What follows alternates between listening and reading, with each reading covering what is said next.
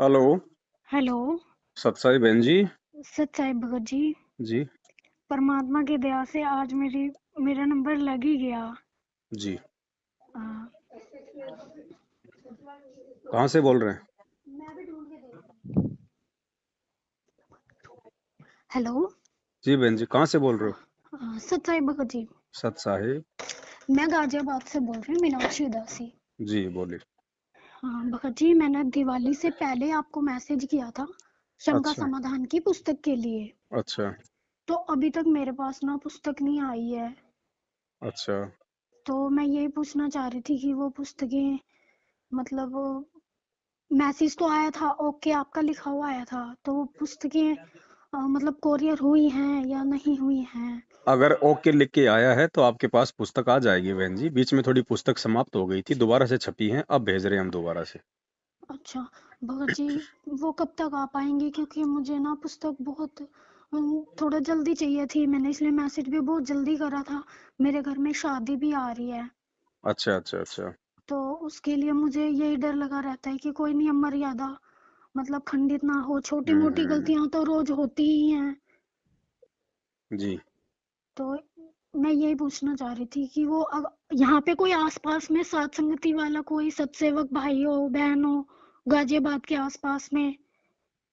भगत तो काफी हैं साथ संगत से जुड़े हुए, दिल्ली, गाजियाबाद, नोएडा में, लेकिन अब दास बहन जी किसी का नंबर नोट नहीं करता है, क्योंकि मेरे पास दिन में सैकड़ों फोन आते हैं। फोन मैं आते नंबर हैं। मैं नहीं सेव कर पाता किसी का भी।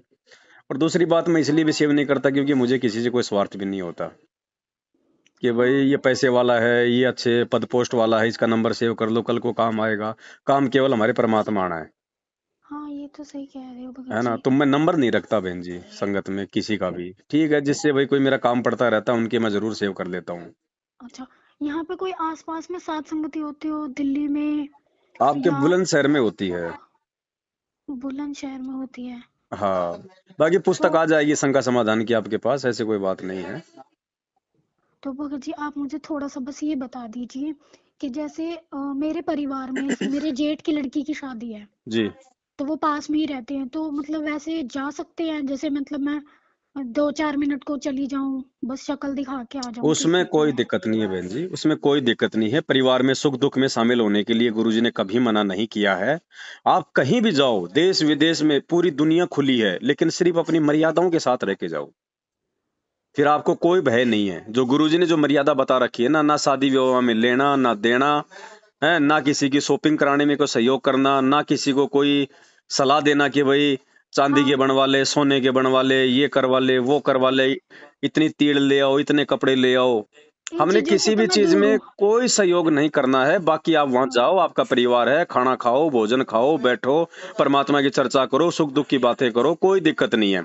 लेकिन जहां पे ये कर्मकांड, रीति रिवाज, पूजा पाठ और बेकार की परंपराओं की जहां पे कोई बात आती है ना, हाँ वहां जी। पे बिल्कुल दो टूक जवाब दे दो कि भाई मैंने नाम दीक्षा ले रखी है, मैं इन चीजों से दूर हूँ, माफी चाहती हूँ। बस वहां कोई शर्मा शर्मी नहीं फिर। ठीक है भगत जी। बाकी कहीं जाओ बहन जी, पीहर में जाओ, ससुराल में रहो, अपनी सहेली के जाओ, कहीं जाओ, हमें क्या दिक्कत है। मालिक कहते हैं भगत कबीरा तेरी झोपड़ी गलकटियन के पास, जो करेगा सो भरेगा, तू क्यों भया उदास। हमें किस बात का भय है। हमें अपनी मर्यादाओं में रहना है। अब जैसे किसी आदमी को शुगर है हाँ जी। और डॉक्टर ने मीठा खाने के लिए मना कर रखा है, हाँ तो जी। डॉक्टर ये थोड़ी कहेगा कि आप शादी में मत जाओ, आप जी अपने ससुराल में मत जाना। डॉक्टर कहता कहीं भी जाओ, लेकिन भैया जो नियम है, मीठा मत खाना बस। ठीक है भगत जी। तो भगत जी, गुरु जी के नियम मत तोड़ना, बाकी चाहे फिर कहीं भी जाओ बहन जी। ससुराल वाले तो मेरे विरोध करते हैं, मेरे पति तो बहुत ही ज्यादा विरोध करते हैं। पर देखो मैं कर रही हूँ, ये परमात्मा की भक्ति संघर्ष है से बहन डटी जी, हुई हूँ। हाँ। इसी को कहते बाकी हैं संघर्ष। जो पीहर वाले हैं वो मान ही नहीं रहे। मैंने उनको बहुत समझाने की कोशिश करी। मेरी जो भाभी है, अभी सन 2020 में मेरे भाई की शादी हुई है रमणी से ही। हम्म। वो मुंडका से हैं, सन हम्म। 2004 से जुड़े हुए हैं। हम्म। मैंने अपने भाई को बहुत समझाने की कोशिश करी। वो कह रहा हाँ मैं समझ गया, तेरी बातों से लग रहा है, तूने हम्म। पवन के वीडियो देखे हैं, तू उसके चक्कर में मत फंस। वो अपनी डपली बजा रहा है, ये अपनी डपली बजा रहे हैं, कोई कुछ हम्म। नहीं है।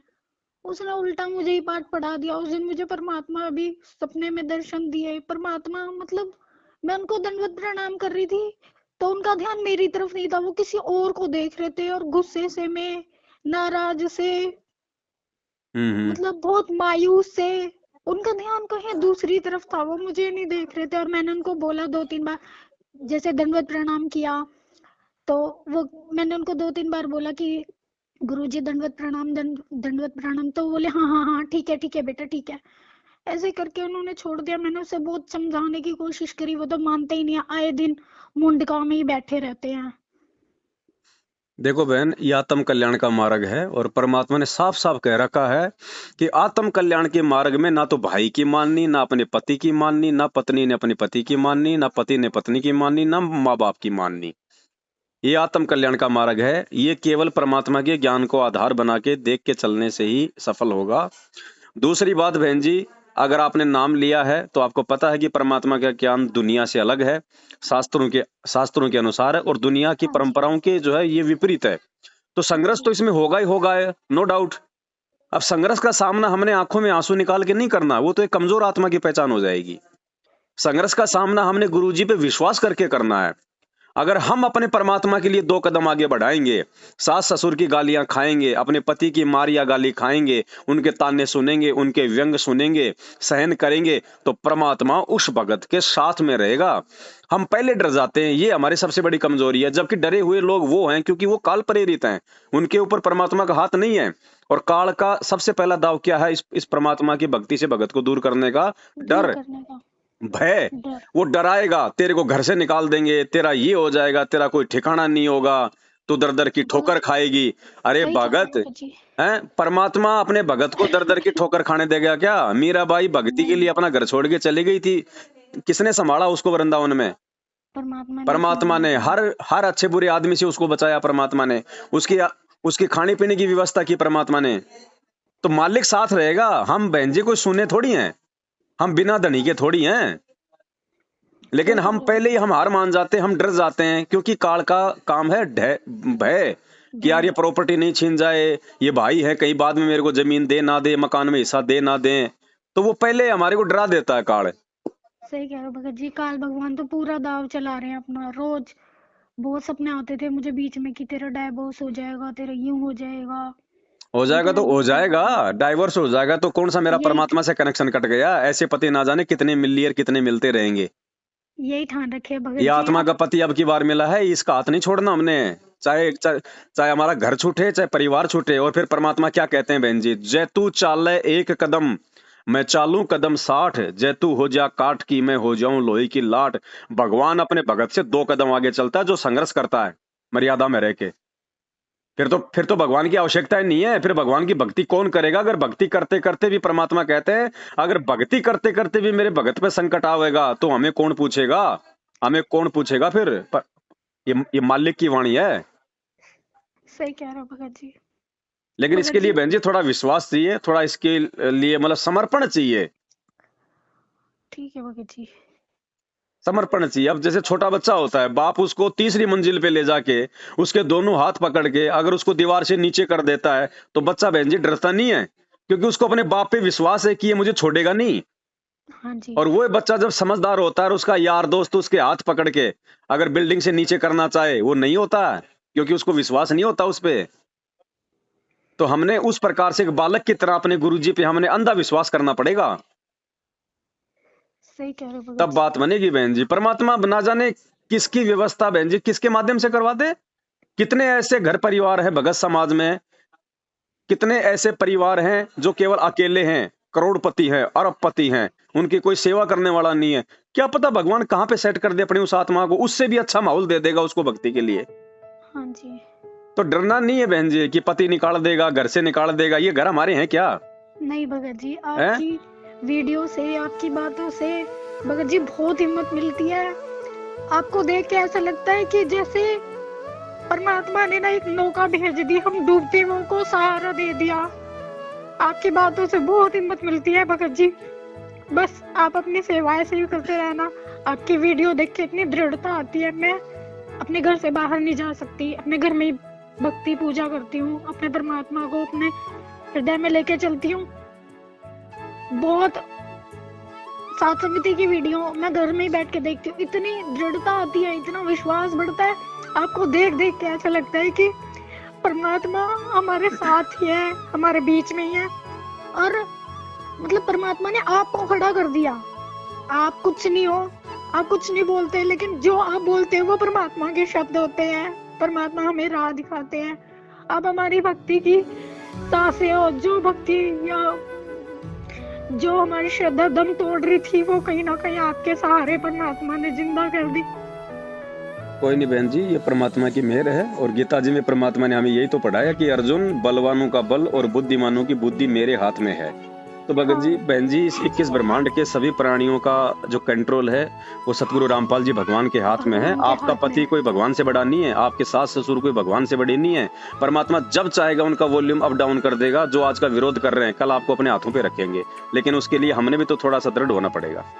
वो परमात्मा ने रखे या न रखे, बस परमात्मा साथ रहे, परमात्मा के चरणों में पड़े रहे, परमात्मा अपने चरणों से लगाए रखे, और कुछ नहीं चाहिए। बिल्कुल। मालिक ने कहा ना एक सत्संग में कि भगत को चाहे अपना कति सर्वनाश होता दिखाई दे, लेकिन तुम विश्वास करना एक बार अपने भगवान पे, वो तुमसे दूर नहीं है। गुरुजी ने कहा कि दो लाला जी आपस में लड़ रहे थे। एक ने कहा कि मैं तेरे बाट मारूंगा, दूसरा बोला मैं कौन सा ठाली बैठूंगा।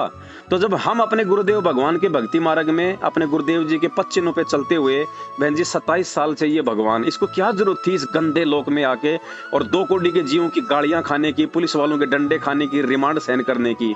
जब ये भगवान हमारे लिए इतना संघर्ष कर सकता है, तो हम नीच अपने आत्म कल्याण के लिए थोड़ा सा भी नहीं कर सकते? सही कह रहे हो भगत जी।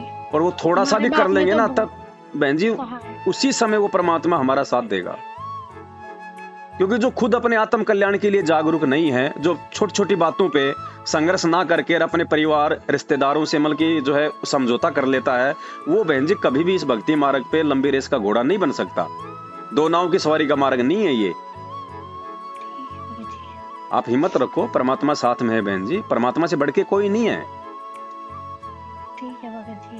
पता नहीं कब परमात्मा इनके दिमाग में क्या प्रेरणा कर दे और ये आपको परेशान करना छोड़ दें। बहुत सारे एग्जाम्पल ऐसे, जिन माता बहनों को घर में दीपक नहीं जलाने दिया जाता था, जिनको खुल के आरती नहीं करने दी जाती थी, लेकिन उन्होंने संघर्ष नहीं छोड़ा। तो गुरुजी ने क्या कहा कि उस घर में जब तुम भक्ति करोगे ना, संघर्ष में, उस भक्ति का प्रभाव, भले तुम मन ही मन में मंत्र जाप करो, मन ही मन में तुम आरती करो, तुम उस दबाव में, लेकिन उससे भी वो सूक्ष्म प्रभाव भक्ति का उस पूरे परिवार पे पड़ रहा है। जैसे आप अपने घर पे हलवा बनाओगी तो आड़ोस पड़ोस में महक जाएगी कि नहीं जाएगी? बिल्कुल जाएगी। आज नहीं तो 4 दिन बाद जब रोज महक जाएगी तो उनके मन में भी हलवा बनाने की प्रेरणा होगी कि नहीं होगी? बिल्कुल होगी। तो ऐसे ही आपके द्वारा उस घर में भक्ति करते रहने से, चाहे सुख में चाहे दुख में, परिवार के सभी सदस्यों पे असर पड़ रहा है, और उसी के चलते एक दिन वो शांत होंगे। और काल यही चाहता है, काल क्या करता है बहन जी कि ये भी भक्ति छोड़ दे, और इसके भक्ति करने से दूसरे प्राणी जो परमात्मा की शरण में आना, मतलब परमेश्वर के शरण में आने की जो प्रोसीजर जो वो तैयार हो रही है ना सूक्ष्म रूप से, वो भी रुक जाए। तो हमने ज्ञान से इन चीजों को समझना पड़ेगा। अगर हमने हार मान ली तो परमात्मा का काम जो है वो ठप हो जाएगा। फिर वहां पे हम अपना भी काम बिगाड़ेंगे, और जो हमारे माध्यम से जो दूसरे प्राणियों पे जो भक्ति का जो संस्कार बन रहा था वो भी नहीं बन पाएगा। और फिर दूसरी बात बहन जी, परमात्मा कहते हैं कि जब तुम शरीर छोड़ के जाओगे यहाँ से, तो काल तुम्हारी परीक्षा लेगा। 14 करोड़ यम के दूत आएंगे, तुम्हें लोभ देंगे, लालच देंगे, डराएंगे, धमकाएंगे। और जब हम यहाँ पे 2 कोड़ी के जीवों से डर रहे हैं, तो 14 करोड़ का सामना कहाँ से करेंगे? ये भी तो हमारा एक रिहर्सल करवा रहा है परमात्मा। है मालिक कहते हैं कि द्वार धनी के पड़ा रहे, चाहे धक्के धनी के खाए, 100 काल जग जोर ही पर द्वार छोड़ना। तो ये काल की तरफ से आपकी भक्ति छुड़वाने के लिए पूरा प्रयास है बहन जी। और ये देखो सबके साथ होता है, ऐसी बात नहीं है। आपको ये पारिवारिक समस्या है, तो किसी को आर्थिक समस्या है, तो किसी को ऑफिस वालों की समस्या है, तो किसी को रिश्तेदारों की तरफ से दबाव है, तो किसी को कोई शरीर का रोग है। सबको दिक्कत है, लेकिन परिस्थितियां अलग अलग हैं। और ये परिस्थितियां भगवान की जो है उस शरण में रहने से, परमात्मा से बार बार जो है दंडवत करके प्रार्थना करते रहने से ही शांत होंगी। दूसरा इनका कोई उपचार नहीं। बाकी आ जाएगी शंका समाधान की पुस्तक आपके पास में, परमात्मा ने उसमें और भी बहुत सारी बातें थोड़ा विस्तार से लिखवाई हुई है, आप देख लें। इसीलिए मैं सोच रही थी वो आ जाती तो मुझे थोड़ी सी आसानी हो जाती है आगे। और भगत जी एक बात और पूछना चाह रही थी, मेरे हस्बैंड ना मुझे घर में खर्चे को पैसे नहीं देते हैं, मतलब बहुत कम देते हैं, चिटर पुटर में देते हैं डेली। हमारा मेडिकल स्टोर है। अच्छा। तो मैं परमात्मा का 10वें अंश का पैसा नहीं निकाल पाती। मैं मतलब डेली निकाल सकती हूँ फिर? कोई दिक्कत नहीं, जितना आपको देते हैं ना उस हिसाब से जितना आप जी निकाल सकती हो आप निकाल लिया करो। और ऐसी परिस्थिति में अगर नहीं भी निकल पाता है हाँ जी। तो भी वैसे तो कोई दोष नहीं होता है, क्योंकि मालिक अंतर्यामी है, परमात्मा को सारी स्थितियों का पता है।